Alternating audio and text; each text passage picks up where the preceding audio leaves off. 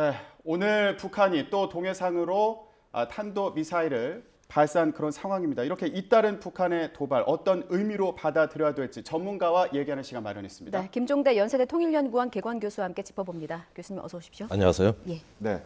자, 교수님 오늘 이렇게 또 속보가 들어왔습니다. 어제 25발 정도 미사일을 발사한 데 이어서 오늘 또 이렇게 미사일을 발사한 상황 어떻게 봐야 됩니까? 예, 우선 정확하게 좀 팩트를 체크해야 될 것 같은데요. 예. 어제는 23발입니다. 23발입니까? 예. 그리고 포탄이 100발입니다. 그러니까 23발 플러스 알파죠. 그리고 오늘은 이제 아침에 그 중장거리 미사일로 추정이 되는 새로운 발사체가 발사가 됐는데 예. 이것이 일본하고 한국 정부의 그 평가가 약간씩 다른 것 같아요. 어떻게 다른가요? 일본은 미야기현의 경보를 발령했다 그랬거든요. 예. 이 이야기는 마치 일본 상공을 통과한 것처럼 보여지는데 교도통신의 그러나 보도도 일본 열도를 지나갔다. 예, 지나갔다 그랬는데 예. 방금 우리 합참은 일본 열도를 통과하지 않은 것으로 보여진다. 예. 그러니까 이런 그 오인이 왜 발생되냐면은 일본이 항상 오경보를 작동하는 경우가 자주 있습니다. 이게 이제 공중에서 추진체와 탄도가 분리되면 이게 마치 미사일이 두 발로 보이거든요. 사실은 한 발이 분리된 건데. 예. 그래서 미사일 발사 수량에 대해서 종종 오인을 하는 경우가 있고 또 그 비행 궤적에 있어 수학적인 어떤 그 계산에 오류가 있을 수 있습니다. 그래서 이거는 우리 정부의 추정이 맞을 거다. 아마도 일본은 우리보다 좀 떨어져 있기 때문에 무엇보다도 일본은 항상 내보내지만 그 뒤에 정정 기사는 항상 한국 정부가 내보내는 예. 이런 패턴이 계속 반복돼 왔거든요. 그래서 이거는 합참의 발표를 좀 신뢰해야 될 것 같습니다. 근데 일본이 만약에 오경보했을 가능성에 네. 대해서 좀 짚어본다면 그 미사일이 만약에 일본 열도 상공을 날아가지 않았더라도 그 발사한 것만 보고 고도나 이런 걸 분석을 해서 일본 열도를 통과하겠다라고 네. 이제 예측을 했다는 말씀이신 거죠? 예, 그럴 수도 있고요. 예. 예, 과거에도 미사일 수량에 대해서 또 잘못된 경보라든가 이런 여러 차례 실수를 보여줬는데 이거는 일본의 능력이 그만큼 굉장히 떨어져서 능력이 모자라서 문제가 아니라 예. 지리적으로 일본은 수평선 너머에 존재하기 때문에 예. 북한의 발사체가 상공을 한참 벗어나야 그때서야 이제 관측이 되는 거고 우리는 바로바로 봅니다. 예. 발사 단계에서부터 바로바로 보기 때문에 이것은 어디까지나 한국이 지리적으로 정보 우위를 갖고 있는 문제다. 예. 그런 점에서 우리 정부가 항상 정확히 분석하고 있다고 예. 보고 있습니다. 합참에서는 고각으로 발사해서 일본 열도를 넘지 않은 것으로 보인다 이렇게 발표한 상황이고요. 예. 예, 오늘 전해진 이 속보에서 좀 눈에 띄는 것 중에 하나가 단분리가 이루어졌다. 그래서 예. 추진체와 탄도 등이 분리가 됐다. 네. 이 부분이 이제 전해졌는데 이게 어떤 의미가 있는 겁니까? 예, 단분리가 됐다는 건 멀리 날아간다는 뜻입니다. 그러니까 이게 중장거리 미사일로 보여진다는 것이죠. 통상 중거리 미사일은 5,500km까지를 우리가 중거리 미사일이라 그러고 예. 그 이상 되면은 장거리 미사일이라 그러거든요. 예. 예, 그래서 이번 경우에는 분석을 해봐야 되겠습니다만은 아무래도 북한이 설정한 태평양 전구 거기에는 괌이나 하와이 등이 들어가거든요. 예. 예, 이런 어떤 태평양의 그 목표 지점을 타격하기 위한 어떤 미사일이 아닐까 지금으로선 그렇게 예상해 봅니다. 만약에 중거리라면은 뭐 일본의 오키나와 기지도 있겠고 예, 그건 다 단거리에 해당되는데요. 단거리 그 예, 괌 기지까지 가는 거예요. 아니 괌은 이제 그 이상 더 멀리. 떨어져 있으니까 예. 그거는 이제 중거리 미사일에 해당되는 예. 거고요. 반면에 한반도와 그 인근에 오키나와 요코스카 등까지는 단거리 미사일로도 타격이 가능합니다. 그러면 이번 지금 ICBM일 가능성에 대해서 분석 중이라고 하는데 ICBM이 대륙간 탄도 미사일 장거리 미사일 그거는 이제 장거리죠. 뭐 이건 중장거리란 표현이 필요 없어요. 그건 완전히 장거리입니다. 그러니까 5,500km 이상을 장거리라고 하는 것은 이게 뭐냐면은 그 미국이 설정한 기준인데 예. 그 미국의 그 가장 가까운 뭐 러시아에 가장 가까운 게 알래스카잖아요. 예. 그럼 러시아에서 쏘려면은 5,500km 이상은 돼야 러시아가 미국을 타격할 수 있다. 이래서 5,500km 이상은 장거리 미사일로 한 거예요. 그러니까 그런 어떤 미국 기준보다도 우리는 태평양 타격 무기다. 이런 식으로 이제 보고 이게 사실은 장거리 미사일 만약에 장거리를 비행했다 그러면 이건 미국의 본토 타격용입니다. 이건 태평양 정도가 아니고 북한이 갖고 있는 화성 16형 예. 또는 17형 사정거리가 10,000km가 넘어가는 15,000km까지도 지금 보고 있는 초대형 ICBM일 가능성도 있는 거거든요.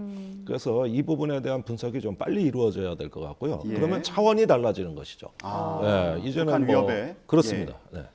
그러면 어제 같은 경우에는 휴전 이후에 처음으로 NLL 이남으로 미사일이 떨어졌잖아요. 그렇습니다. 예. 여기에서 이제 한 발 더 나가서 이제 이번에는 미국을 타격할 수도 있는 그런 미사일을 발사했다. 예. 상황이 점점 고강도로 넘어가고 있다. 이렇게 분석할 수 있는 겁니까? 그러니까 어제 오늘의 양상을 종합하면 북한이 무언가 큰 판을 준비하고 있다. 이런 어떤 짐작을 하게 되는 것이죠. 예. 이 큰 판이라고 하면 이제 핵실험까지도 다 그 실행 계획에 넣는 예. 말하자면 어떤 그 큰 판 이게 이렇게 되면은 우크라이나나 대만에 이어서 그 한반도도 세계적인 분쟁의 열점이 될 수 있다는 이런 어떤 신호를 발신하는 것이고 그렇게 되면은 이제 판이 걷잡을 수 없이 커질 수도 있다. 예. 그러면서 북한이 무엇을 구상하고 있는가를 면밀히 살펴볼 필요가 있겠습니다. 예. 자, 지금 저희가 오늘 북한의 탄도미사일 발사 관련해서 얘기를 나누고 있는데 방금 전에 또 합참의 발표가 있어서 전해드리겠습니다. 예. 예, 합참이 북한이 동해상으로 미상의 탄도미사일을 추가로 발사했다. 예, 이렇게 밝혔습니다. 예. 그리고 조금 전에 저희가 자막으로도 전해드렸는데 일본이 지금 현재 사거리 있는 분석 중이라고 합니다. 그러니까 북한이 조금 전에 미상의 탄도 미사일을 한 발 발사하고 예. 추가로 동해상으로 또 다시 미상의 탄도 미사일을 추가로 발사한 거고요. 이에 대해서 일본은 이제 항해 경보를 좀 내린 상황인 것 같습니다. 예. 교수님께서 앞서 짚어주신 게 북한이 뭔가 큰 판을 준비하고 있다 네. 이렇게 지적을 해주셨잖아요. 그러니까 예. 지금 이게 그 도발의 강도를 높이는 것이 핵실험을 위한 명분을 쌓고 있다 이렇게 분석하는 시각이 많았습니다. 예, 핵실험은 당장 한다 그래도 하등에 이상할 것이 없습니다. 이미 준비는 다 끝난 상태고요. 그런데 그렇다고 미국 중간 선거가 이제 닷새 남았는데 예. 그 안에 핵실험을 할 거냐? 저는 이건 조금 회의적으로 봐요. 왜 그렇습니까? 아무래도 이제 그 미국의 중간 선거보다는 어떤 그 우크라이나 전쟁이라든가 주변 정세를 살펴보고 또 한미 대응을 살펴보고서 그 시점을 결정해서 전략적 효과를 높이려는 방향으로 결심할 것 같습니다. 예. 그래서 시점은 북한이 선택하는 것이고요. 그러나 당장 핵실험이냐 이 부분에 대해서는 좀 살펴볼 필요가 있겠다. 예. 그리고 역시 제가 보기에는 북한은 지금 어떤 한반도 차원의 시야가 그 국한된 것이 아니라 이제 세계 정세를 다 보고 있는 것 같아요. 예. 그러면서 그 중국, 러시아와 전략적 연대를 할 수 있는 몸값 올리기. 그러면은 아무래도 그 우크라이나 전쟁 양상 같은 데서는 굉장히 그 민감하게 영향을 받고 있는 것 같고 최근에 이제 푸틴이 전술핵을 공포를 아주 증가시키고 있지 않습니까? 예. 예, 그거에 맞춰서 본인들도 지금까지 핵 위협을 증가시켜 왔어요. 예. 그런 점에서는 긴밀하게 세계 정세를 격변이라고 이야기하는 김정은 위원장의 그 말 뜻에 우리가 비밀이 숨어 있지 않는가 생각이 듭니다. 그렇군요. 앞으로 북한이 핵 위협을 포함해서 어떤 식으로 이제 도발을 이어갈지 그리고 네. 그 수위가 어느 정도까지 높아질지 이것도 관심이 모아지는 상황인데 어제 같은 경우에는 지금 탄도미사일도 수십 발 발사하고 지금 포탄을 100발 정도 발사했다. 굉장히 도발이 거센 그런 상황이었는데 오늘도 지금 저희가 방송하는 와중에도 탄도미사일이 또 발사됐잖아요. 오늘도 추가 도발이 있을 수 있을까요? 그러니까 제가 놀라는 거는 예. 도대체 북한의 미사일의 재고량이 얼마인데 이렇게 많은 미사일을 발사하냐. 지금 우크라이나 전쟁 기사 보십시오. 오늘 뭐 러시아가 키이우에 미사일 몇 발을 발사했다. 예. 23발 발사한 거는 그 전쟁에서도 찾아보기 어려운 정말 대규모의 그 하나의 어떤 본 적이 없는 스펙타클이거든요. 예. 예, 그렇게 보면은 이 정도면은 북한이 이미 실전에 상당한 어떤 미사일을 이미 배치했다는 것을 입증하는 것이고 또 전쟁 때를 버금가는 전쟁 때보다도 오히려 더 많은 미사일을 발사했다. 이렇게 되고 모든 종류의 미사일을 다 발사했다. 예. 그다음에 북한 전역에서 다 발사했다. 평안북도, 평안남도, 강원도, 한경도 이렇게 해가지고 도발 원점을 그 북한 전역에 다 분산시켜놨다. 예. 그러니까 한미 그 양국이 그 채택하고 있는 교리가 뭐냐면 도발 원점을 찾아내서 정밀 타격하겠다는 건데 북한 전역이 다 도발 원점이 돼버리니까 한번 찾아봐라. 우리는 북한 어디서도 자기네 영토 어디서도 쏠 수 있다. 이런 식으로 매우 입체적이고 체계적인 그러면서 동시다발적인 위협을 가하고 있다는 사실.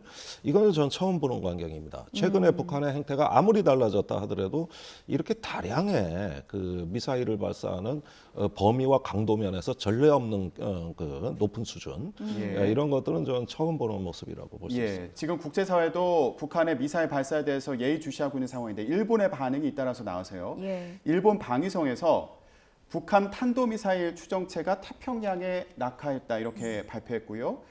이에 따라서 일본 방위성은 북부 미야기현 등 3개 현의 대피 경보를 발령한 상황입니다. 예, 일본 해상보안청은 또 항행 중인 선박에 주의를 당부한 상황이고요.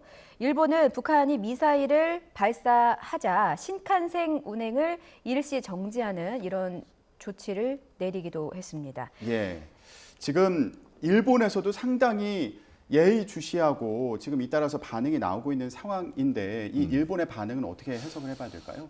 자, 이 원리는 이렇습니다. 발사 단계 정보는 우리가 정확해요. 예. 예, 우리가 북한 가까이 있으니까. 그러나 저기 북태평양이나 남태평양에 떨어지는 정보는 일본이 정확한 겁니다. 그거는 우리가 몰라요. 예. 그러니까 지금 이게 한일 간에 이 정보 공조가 긴밀해야 되는 필요가 바로 이겁니다. 예. 각자 비교 우위가 다른 거예요. 그러면은 이게 일본 영공을 통과해서 갔는지 아니면 어떤 그 성층권 위에 그 우주로 갔다가 고각으로 떨어지면서 태평양에 떨어진 거지. 이런 부분은 정확지는 않지만은 아마도 낙하 지점에 대한 정보와 거기에 대한 대비는 일본 정보가 정확할 겁니다.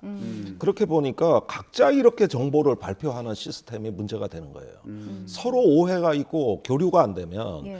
이게 뭐 비상사태인지 아닌지 어디로 가는 건지 이런 부분이 조각조각 정보로 존재하게 되니까 예. 한일의 대응이 긴밀하게 서로 협력이 안 되는 것이죠. 그런데 한일 간에는 그 군사정보보호협정 예. 지소미아가 그 박근혜 정부 때 체결이 돼 있기 때문에 예. 정보 교류를 할 수 있게 돼 있거든요. 아, 이 지금 하고 부분에 있는 대해서 상황입니까? 그러니까 하고는 있는데 예. 이것이 미사일 뭐 상황 다 종료된 뒤에 그 다음에 뒤늦게 전화 와가지고 뭐 그 저 데이터 좀 달라고 이런 식으로 이제 교류가 된다면은 이건 위기 시에 실효성이 떨어지는 것이죠. 근데 이거는 또 정치적으로 정치권에서 찬반이 엇갈리고 있는 뭐 그런 상황인 거예요?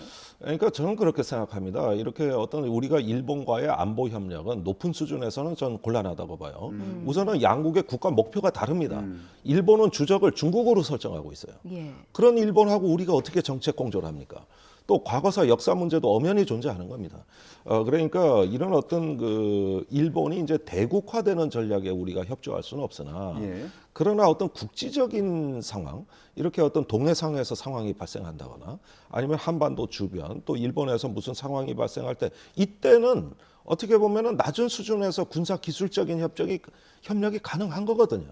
예, 그래서 이런 식으로 좀 다층적인 단계가 있다고 일단 가정을 하고 낮은 단계로부터 이제 협력을 해야지 맹목적인 협력은 아니다. 예, 이런 건 좀 구별해 주는 게 좋을 것 같아요. 예. 교수님, 그 앞서 그 북한의 어제의 도발이 굉장히 이례적이고 전례 없는 동시다발적으로 북한 전역에서 많은 미사일을 이제 도발을 했다 이렇게 짚어주셨잖아요. 근데 예. 기존에 북한이 미사일을 도발하고 난 뒤에 행동을 보면 네. 도발하고 나서 우리나라의 반응은 어땠는지 혹은 뭐 미국, 일본, 중국 그 관련국의 반응은 어땠는지를 지켜보는 경우도 있었던 것 같은데 예. 요거는 지켜보지 않고 오늘 더 어제보다 더 그 중장거리 이상으로 좀 추정이 되는 그런 미사일을 도발했다는 건 어떤 의도를 갖고 있다고 보십니까? 글쎄요, 일단은 북한이 행동의 자유를 얻었다고 생각하는 것 같습니다. 과거에 탄도미사일을 발사하면 바로 유엔 안보리가 개최가 되고 여기서 대북 제재안이 발의가 돼서 예. 논의가 되거든요. 근데 지금 아무것도 없잖아요. 이게 완전히 해방된 공간이라는 거예요. 북한이 기회의 창문을 열었다는 거예요. 한마디로 신났다 이겁니다. 그러니까 지금은 그 배후에 이제 러시아와 중국이 그 뒷배 역할을 해주고 있고 예. 유엔 안보리에는 아예 뭐 논의조차도 못 되고 뭐 심지어는 의장 성명을 기대하기도 지금 쉽지 않은 상황입니다. 그러니까 국제 사회가 북한을 관리하는 어떤 다자간의 그 시스템이 붕괴돼 버렸다. 예, 이런 상황이 이제 북한한테는 새로운 기회의 창문을 여는 어떤 이런 공간으로 인식될 가능성이 높고 예. 그래서 더더욱 러시아나 중국과 협력하려고 할 것입니다. 이렇게 되면은 지금까지 지난 20년간 북한의 핵 문제가 제기될 때마다 또는 미사일 문제가 제기될 때마다 예. 우리가 북한을 관리했던 방식은 다자주의 외교 속에서 국제 기구가 전면에 나서서 북한을 저기 제재하고 압박을 해줬던 거거든요. 예. 근데 어느 날 자고 일어나 보니까 갑자기 올해부터 그게 없어진 거예요. 그러니까 대한민국 외교 자산도 사라진 겁니다. 과거에는 우리가 북한의 위협을 관리할 때 중국이나 러시아 도움을 많이 얻었어요. 예. 근데 지금 협조를 얻을 수 있냐 이거죠. 이런 점에서 지금 외교의 반이 날아갔다. 저는 그렇게 생각하고 이것을 위기로 보고 윤석열 정부가 계속 동맹 일변도의 외교는 하지만은 여전히 대륙이 중요한 겁니다. 그래서 동맹에 기울이는 노력의 절반 정도만이라도 중국과 러시아에 쏟기를 바랍니다. 예. 예. 북한이 이게 예. 우크라이나 전쟁으로 인해서 지금 국제 정세가 변하고 있는 게 영향을 미치고 있다. 이런 말씀으로 이해하면 되겠습니까? 그래서 아무래도 우크라이나 전쟁 이후에 달라진 상황이다. 그다음에 미중 전략 경쟁이 심화되니까 이 전략 경쟁의 심화 속에 우리의 북한 관리 자산이 많이 소진돼 버린 것이다. 그런 점들을 거론할 수 있겠죠. 예. 그래서 지금 북한의 이딴 도발에 대해서 국제사회에서 어떤 제재를 가할 수 있을지 이 부분이 좀 의문이 드는데 네. 지금 기사를 보면은 미국 같은 경우에 북한이 러시아에 무기를 공급하고 있다. 그러니까 네. 우크라이나 전쟁에 무기를 공급하고 있는 거 아니냐 네. 이렇게 의심을 하고 있는 그런 상황인데 추가 제재에 나서겠다 이런 뜻을 밝히기도 했거든요. 그렇습니다. 이 무기 공급 의혹과 그리고 이딴 도발에 대해서 그러면은 뭔가 지금 제재를 가하기가 어렵겠다 이런 생각도 드는데요. 예, 그러니까 지난달에 그 러시아 푸틴 대통령 이야기를 안 할 수가 없는데 그 지금 한국이 우크라이나에 이제 비살상 무기, 비살상 군사 장비, 뭐 방탄복이라든가 헬멧이라든가 이런 거 지원하고 뭐 군호 응급 물자들 주고 있잖아요. 예. 이거는 별 문제가 안 돼요. 그러나 폴란드에 지금 매일 한국 K방산에 수출이 터지고 있다는 뭐 잭팟이 터졌다 이런 뉴스가 계속 나가고 있거든요. 근데 푸틴 대통령 입장에서는 폴란드가 눈에 가십니다. 우크라이나에 가는 모든 무기가 폴란드를 통해서 들어가고 있어요. 그러니까 폴란드를 이걸 제압하지 않으면 계속 전세가 불리해집니다. 그런데 한국이 거기에 이제 대량으로 무기를 준다. 이것을 마치 의식해서 계속 이런 식으로 우크라이나 전쟁에 무기를 공급하게 되면은 우리가 북한을 지원할 수도 있다. 이런 메시지를 내버리는 거죠. 그럼 한국이 감당할 수 있냐? 그럼 북한을 뭘 지원한다는 얘기냐 하면은 제가 보기에는 핵과 미사일 기술이에요. 이런 부분을 공유할 수 있는 겁니다, 북한하고. 그래서 제가 연초에 우크라이나 전쟁이 왜 강 건너 불이 아니냐 하면은 이 북러 관계가 굉장히 긴밀해지면 우리 안보 비용이 걷잡을 수 없이 높아진다. 제일 우려 사항이 이거다. 그랬는데 한동안 그런 어떤 경고가 나오고 북러 간에 아주 긴밀한 뭐 외교부 차원에서 전략적 연대를 한다 이런 말들이 나오더니 급기야 북한의 포탄이 이제는 우크라이나 쪽으로 가고 있다는 거거든요. 그렇다면 이건 굉장히 중대한 문제입니다. 이제 북러 동맹이 가동되는 거예요. 그렇게 보면은 마치 한미 동맹처럼 이런 부분에 있어가지고 지금 이 사태를 좀 엄중하게 봐야 되겠고 이건 제재로도 해결될 문제가 아닙니다. 우선은 미국이 그 유엔 안보리를 가동시킬 수가 없고 러시아 때문에 그런 거. 그렇습니다. 예. 예, 그렇게 되면은 유엔 안보리에 통한 국제 제재는 당분간 어렵고 미국의 단독 제재나 아니면은 그 미국의 동맹국들이 결속해서 제재를 해야 되는데 이 부분은 전례가 없고 또 국제사회가 동참하지 않는다면은 그 효과가 의문시되는 것이죠. 미국은 근데 추가 제재에 나설 뜻을 밝혔습니다. 근데 이게 사실상 무의미하다 이런 말씀이신 거죠? 무의미하지는 않지만 그 실효성 면에서 과거에 비해서는 좀 못하지 않느냐. 이건 국제사회가 다 같이 동참을 해줘야 그래서 뭐 북한과 거래하는 어떤 제3국도 제재할 수 있는 세컨더리 보이콧도 있는 거고 여러 가지 수단이 있는 건데 효과가 없는 건 아니지만 국제사회가 동참하는 것보다는 아무래도 좀 효과 면에서 좀 의문시된다는 것이죠. 그러면 우리 정부는 어떻게 대응을 해야 될지 이것도 참 중요하게 봐야 될 문제인데 일단 어제 같은 경우에는 북한이 NLL 이남으로 미사일이 떨어지면서 우리도 적극 대응에 나서지 않았습니까? 어떤 조치를 할 수 있습니까? 추가적으로? 근데 어제 우리 그 F-15K 전투기에서 공대지 미사일 3발을 NLL 이북의 북한 쪽에 그 발사했습니다. 그러니까 비례성의 원칙이 적용되고 충분성의 원칙까지도 적용된 거예요. 한 발이 떨어졌는데 3발로 응답을 한 것이니까. 근데 여기까지는 좋았어요. 근데 오후에 발사한 미사일까지 해서 23발이 되니까 이건 대응 범위를 초월해 버린 겁니다. 사실은 그 공대지 미사일 3발도 한 발당 20억 원짜리인데 60억 원어치를 쏜 거거든요. 그런데 그 슬래미알이랑 공대지 미사일 우리도 몇 발 안 갖고 있어요. 지금 F-15K의 필수 무장도 못 채우고 있는데 이런 어떤 것들을 막 계속 발사할 수가 없는 것이죠. 미사일 23발에 다 우리가 대응하게 되면은 그러면 뭐 한국군의 대비 태세에도 문제가 되니까 그 이상부터는 대응을 안 한 겁니다. 예. 이거 대응 범위를 초월해 버리니까. 그래서 제가 보기엔 군사적 대응엔 한계가 있다. 예. 이 힘을 힘으로 의지와 의지가 충돌하는 방식으로는 한계가 있다고 보여지고 예. 제가 보기에는 어쩌면은 그 동맹 외교라든가 또 어떤 중국 러시아에 대한 마쿠 외교라든가 또 국제사회의 여론화라든가 이런 것들을 통해 가지고 북한의 위협을 계속 관리하려는 노력을 기울이는 게 최선이다. 그리고 곧 G20 정상회의가 인도네시아 발리에서 곧 예정돼 있습니다. 예. 예, 이런 다자 외교에는 더더욱 적극적으로 참여해야 될 것 같고요. 그래서 국제사회의 여론전이라든가 이런 것들이 굉장히 중요합니다. 우크라이나 전쟁도 전세를 뒤집은 게 심리 여론전으로 뒤집은 거거든요. 그런 만큼 요즘은 세계 여론이 굉장히 중요하다. 이런 점들 인식하고 우리 외교의 수준을 가일층 한 수준 높여서 이제는 위기관리 외교를 좀 한번 해보자. 이게 제 제안입니다. 예, 동맹 외교가 다자 외교에 적극 참여해서 위기 관리를 하자. 이제 네. 군사적 대응에는 한계가 있다. 이런 부분을 좀 짚어주신 걸로 정리를 하고요. 동맹 외교로 말씀하셨는데 중국이 얼마 전 당대회가 끝나지 않았습니까? 네. 그러니까 북한이 중국의 당대회 기간에는 좀 도발을 자제하다가 끝나고 나서부터 미국의 중간 선거까지를 이제 도발을 할 것이다라고 많은 전문가들이 분석을 했고 네. 시진핑 주석이 3년이면 성공을 하면서 뭔가 이제 그 북한 끝나자마자 북한이 지금 고강도 도발을 이어가고 있는 것으로 그렇습니다. 보이는데 네. 지금 이 도발은 그러면 중국의 암묵적인 동의가 있다고 봐야 됩니까? 중국이 지금 회색지대에 있어요. 예. 지금 중국이 북한의 핵 미사일 도발을 찬성한다는 증거는 하나도 없습니다. 그렇다고 해서 한국을 적극적으로 돕는다는 증거도 없습니다. 그러니까 회색지대에 있으니까 우리 외교의 실력은 거기서 나와야 되는 거예요. 동맹은 다 우리 편이에요. 그러나 저 애매한 세력이 있는 것이죠, 중국. 예. 이런 중국을 우리한테 유리한 방향으로 끌어들이는 게 그게 외교의 실력이니까 지금은 동맹 외교, 가치 외교 이런 한 방향만 보지 마시라. 이건 생존의 문제다. 예. 그런 점들 강조해 드리고 싶고 중국은 여전히 주변 정세가 안정되길 바라기 때문에 예. 지금 내후 외환 국내 문제가 심각하기 때문에 이렇게 시끄러워지는 걸 원치 않습니다.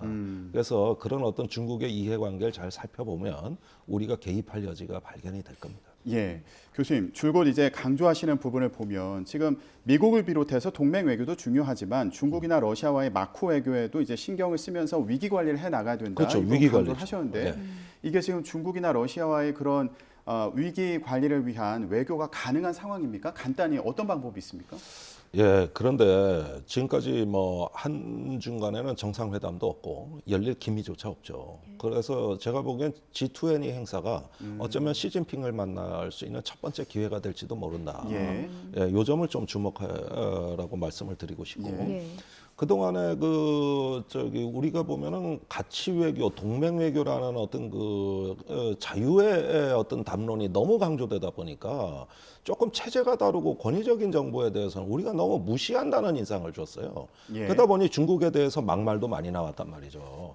예. 이런 거 조금 반성을 해야 될 것 같아요. 여전히 국익 중심의 실용 외교가 좀 살아나야 된다. 그다음에 우리는 생존과 번영을 위한 우리 자체의 국익 외교 이것이 이제 핵 문제의 당사자는 대한민국입니다. 예. 동맹이 아니에요. 이건 당사자는 우리라는 인식을 가지고 일단은 전방의 외교를 좀 하시라. 예. 이런 말씀 주문하고 싶습니다. 알겠습니다. 지금 일본 방위성에서 추가로 속보가 들어와서요. 예. 북한의 미사일이 일본 상공을 통과하지 않았다. 예, 이번엔 이런 발표 내용이 조금 전에 네, 들어왔습니다. 그 역시 우리 정부가 정확히 판단했어요. 예. 예. 그리고 앞서서 일본 방위성이 북한 탄도미사일 추정체가 태평양에 낙하했다 이런 발표를 하기도 했는데 이게 지금 정확하게 어느 지점에 떨어졌는지 이거는 좀 더 확인이 필요한 상황인 거죠. 예, 그렇습니다. 그건 우리 정보 영역이 아닙니다. 어. 오히려 일본이나 미국에서 발표하는 걸 좀 봐야 될 것 같아요. 그러면은 이걸 통해서 정확한 그 떨어진 지점을 통해서 재원이 어떻게 되는지, 그러니까 비행 거리가 어떻게 되는지를 포함해서 지금 북한이 노리고 있는 대상이 누군지 이것까지 이제 추정해 볼 수 있는 근거가 되는 그렇습니다. 겁니다. 태평양에 떨어졌더라도 그 발사의 양상이 고각 발사라고 해서 거의 수직으로 이렇게 발사하는 정상 발사가 아니죠. 예. 예, 이런 발사라면 이건 ICBM으로 봐야 됩니다. 예. 예, 그러면은 이제 미국이 여기에 대한 어떤 적절한 분석과 어떤 미국의 대응 계획이 나올 것이고 예. 예. 이런 면에서는 이건 대한민국을 직접 타격하는 무기는 아니지만 그러나 이제 이제 어떤 동맹국이 크게 영향을 받고 한반도 정세에 더 강하게 개입할 수 있는 그런 명분으로 작용할 거거든요. 예, 그런 것들 잘 살펴봐야겠습니다. 예, 알겠습니다. 그리고 앞서 말씀하신 대로 이제 G20 행사가 있는 만큼 이때 중국과의 관계에 어떤 대화가 오가는지 이것도 잘 지켜봐야겠습니다. 그렇습니다. 예, 북한이 이틀 연속 잇따라서 지금 도발을 감행하고 있는 상황과 관련해서요. 김종대 연세대 통일연구원 개공 교수와 함께 짚어봤습니다. 교수님 오늘 설명 감사합니다. 고맙습니다. 네, 고맙습니다.